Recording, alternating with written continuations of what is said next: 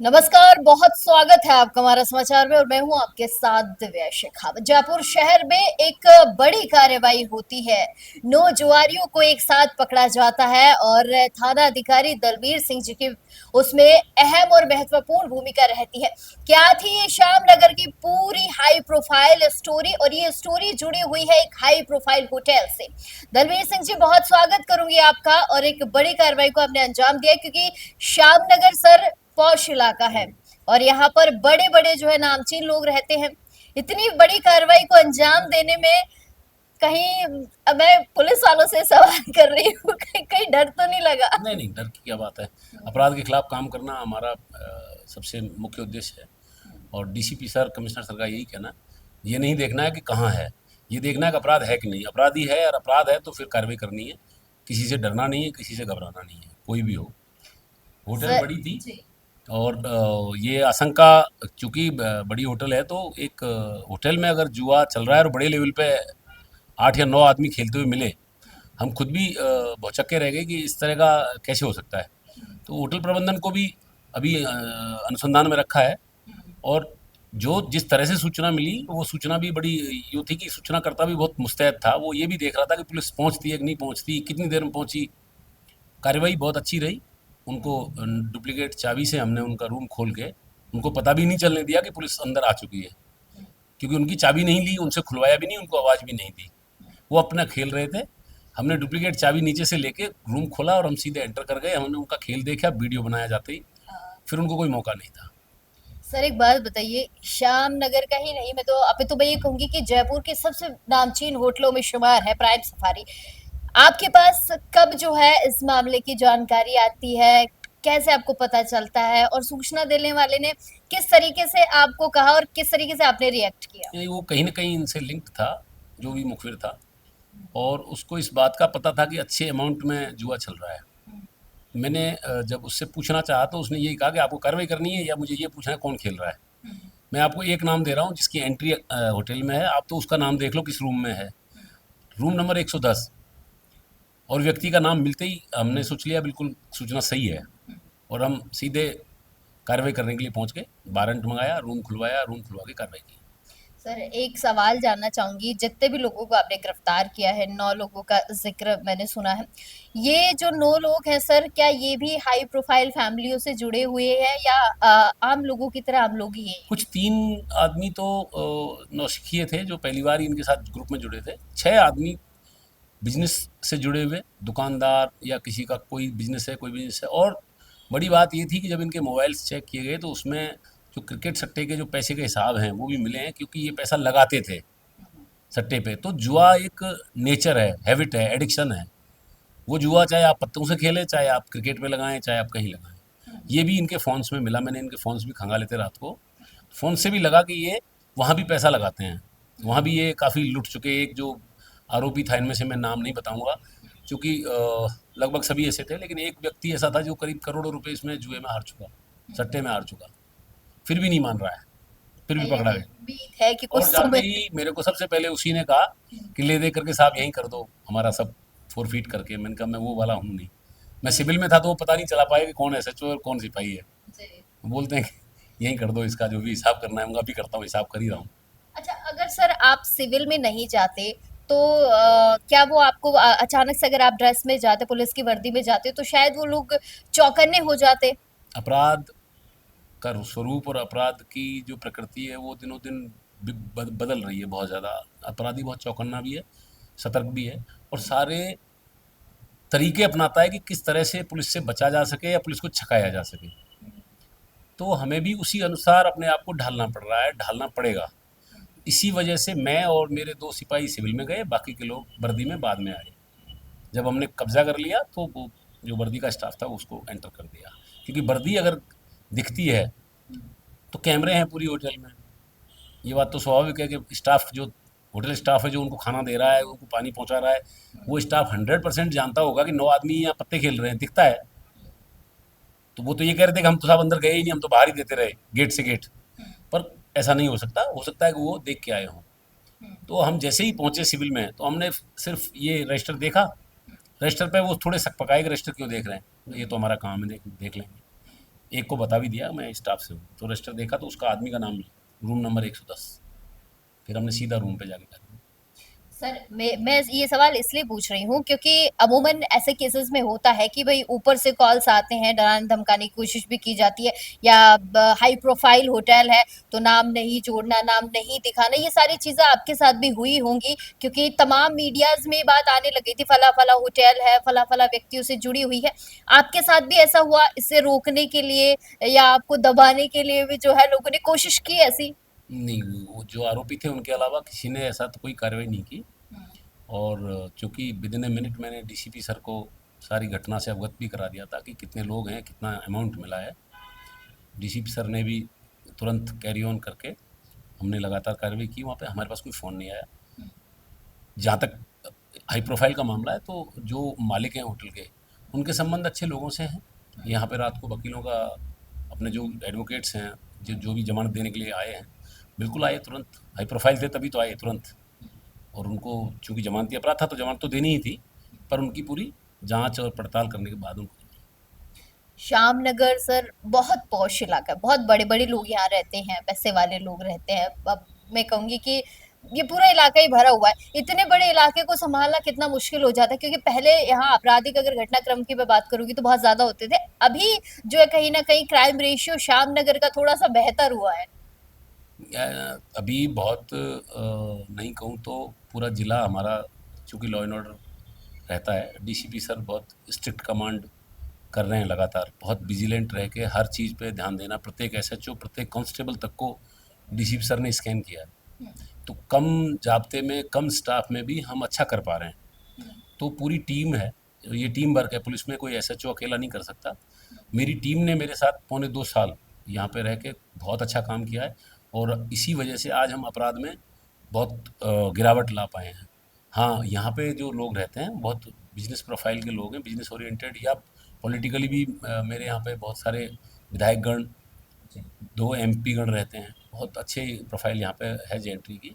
और इसी वजह से थोड़ा चुनौतीपूर्ण भी रहता है कि लोगों के साथ अच्छा व्यवहार करें, लोगों को सुने और उनकी कार्रवाई भी तुरंत हो। अन्यथा लोग, चूंकि यहाँ माननीय हमारे महानिदेशक महोदय भी जयपुर में बैठते हैं, कमिश्नर साहब तो बैठे ही हैं। कोई ऐसी बात नहीं है कि परिवादी जाने में देर लगाता है। अगर हम नहीं सुनेंगे, अगर हम उसके साथ कोई ऐसी बात करेंगे, लापरवाही करेंगे, तो सुनवाई ऊपर भी है।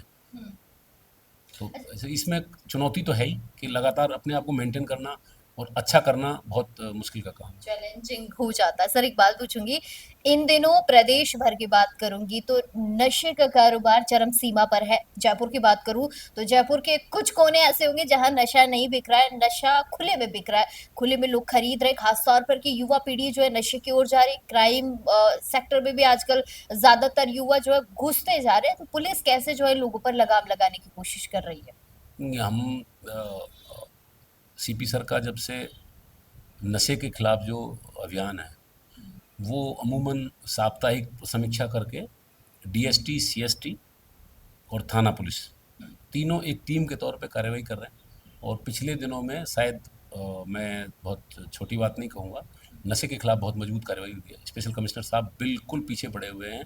हमारे यहाँ भी अभी पिछले तीन बड़े मुकदमे, 58 ग्राम एमडी महेशनगर एसएचओ साहब ने पकड़ी सीएसटी के साथ, 29 ग्राम स्मैक 3 दिन 4 दिन पहले हमने की है कार्रवाई यहाँ। तो बड़े लेवल पे, पहले ग्राम 2 ग्राम की होती थी या ऐसे, अभी कुछ अच्छी कार्रवाइयाँ भी हुई हैं। और वो सिर्फ इसलिए कि CP sir, special CP sir, DCP sir लगातार वॉच कर रहे हैं कि कार्रवाई ऐसी होनी चाहिए जो इफेक्टिव हो। और ये जो लोग, जो माफिया है पूरा, जो एक ऊपर तक का सिंडिकेट है, उसके खिलाफ फिर इस तरह से पेश हों कि जो संपत्ति अर्जित की है उसमें डीसीपी सर का कहना है कि 107 बीएनएस का जो इस्तेगासा है वो भी बनाए। क्योंकि इन लोगों ने इतना माल बेचा है, इतना आपराधिक जो इनका जंजाल बना है कि महल खड़े कर लिए। कई जो सासी समाज के जो हमारे यहाँ जो एचएस हैं, हिस्ट्री शीटर हैं, बहुत बड़े बड़े मकान बना लिए, गाड़ियाँ हैं। कहाँ से आई? कोई बिजनेस नहीं है, कोई एनुअल रिटर्न नहीं है इनकम का। तो वो इनकम कमोवेश जो है अपराध से जुड़ी हुई है। तो अब 107 बीएनएस की कार्रवाई भी चल रही है डीसीपी सर के निर्देशन में, वो भी हम कर। एक आखिरी सवाल पूछूंगी सर कि हमेशा से हम सुनते आए हैं कि आमजन में विश्वास और अपराधियों में भय, तो हमारी जनता के लिए क्या कुछ मैसेज रहेगा, क्योंकि 2026 चल रही है, तो क्या मैसेज देंगे? बहुत महत्वपूर्ण बात आपने पूछी है।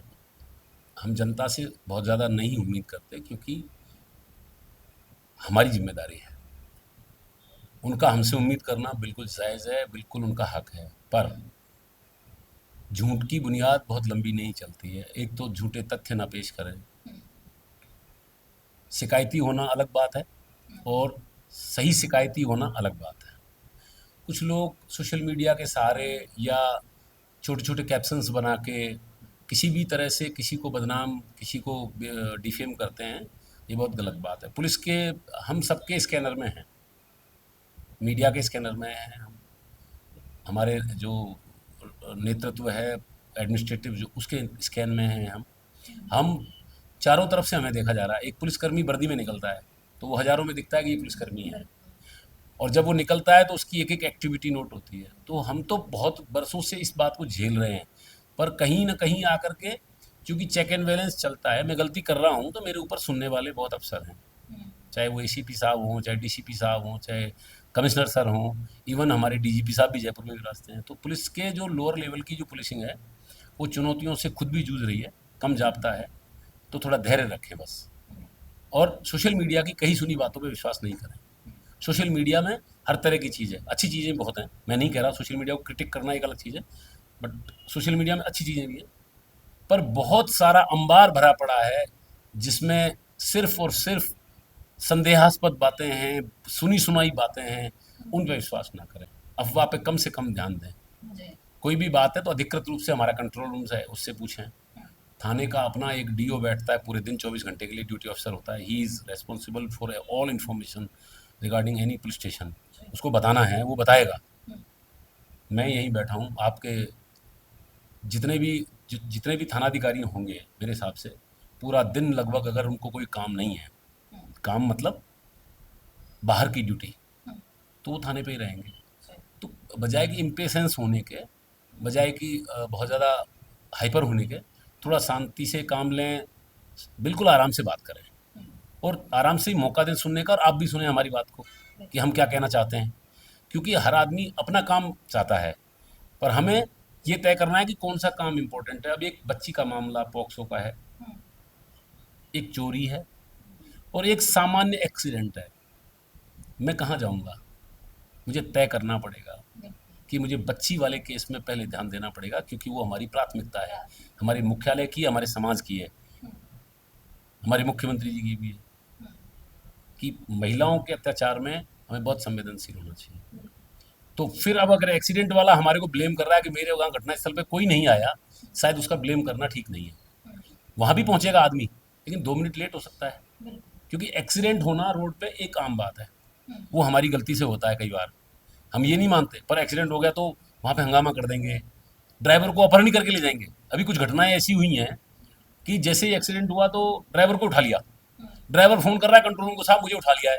भाई तेरे को क्यों उठाया? साहब इन्होंने कहा कि गाड़ी तोड़ दी तो पैसे दे। पैसा देना ये कंसेप्ट ही नहीं है। इंश्योरेंस का जो कॉन्सेप्ट है वो क्यों लाए? गाड़ी इंश्योर्ड है, रोड पे एक्सीडेंट हो सकता है, बहुत नेचुरल सी बात है, तो इंश्योरेंस है, इंश्योरेंस क्लेम करिए आप किसी व्यक्ति को उठा के कैसे ले जा सकते हैं? तो अभी हम बहुत ज़्यादा इम्पेशेंस हो गए हैं, समाज में जो है अधैर्य की स्थिति है, तो धैर्य होना बहुत आवश्यक है। धैर्य से चीज़ें ठंडी होती हैं और आसानी से उनका हल निकल सकता है, जल्दबाजी में। चलिए, बहुत शुक्रिया सर। तो ये थे मेरे साथ थाना अधिकारी दलबीर सिंह जी, और बहुत सारी बातें सर के साथ की, और सबसे महत्वपूर्ण चीज़ ये थी कि एक बहुत बड़ा हाई प्रोफाइल केस क्रैक किया है सर ने, कहीं ना कहीं मैं कहूँगी कि श्यामनगर का सबसे हाई प्रोफाइल ये केस था। और साथ ही साथ ये भी हमने जाना है कि श्यामनगर में जो आपराधिक गतिविधियां कुछ सालों पहले तक बहुत ज्यादा चरम सीमा पर थी, अब वो बिल्कुल जो है खत्म होती जा रही है। और मैंने कहा ना, लास्ट में मैंने यही कहा है कि भाई आमजन में विश्वास होना जरूरी है, और हर अपराधी भाई भय में ही रहे तो ज्यादा अच्छा है, क्योंकि पुलिस का जो डंडा है ना, वो आप लोगों के लिए ही तैयार है। सो अपराधियों से भी यही कहेंगे हम लोग तो कि किसी भी तरीके का कोई अपराध नहीं करे, क्योंकि पुलिस आप लोगों के लिए बैठी है। सो अच्छे से रहिए, खुश रहिए, और सबको जीने दीजिए और कोई भी क्राइम नहीं करे। और तमाम छोटी बड़ी अपडेट्स के लिए बने रहिए हमारा समाचार के साथ। कैमरा सहयोगी मुकेश के साथ मैं दिव्या शेखावत, हमारा समाचार। नमस्कार।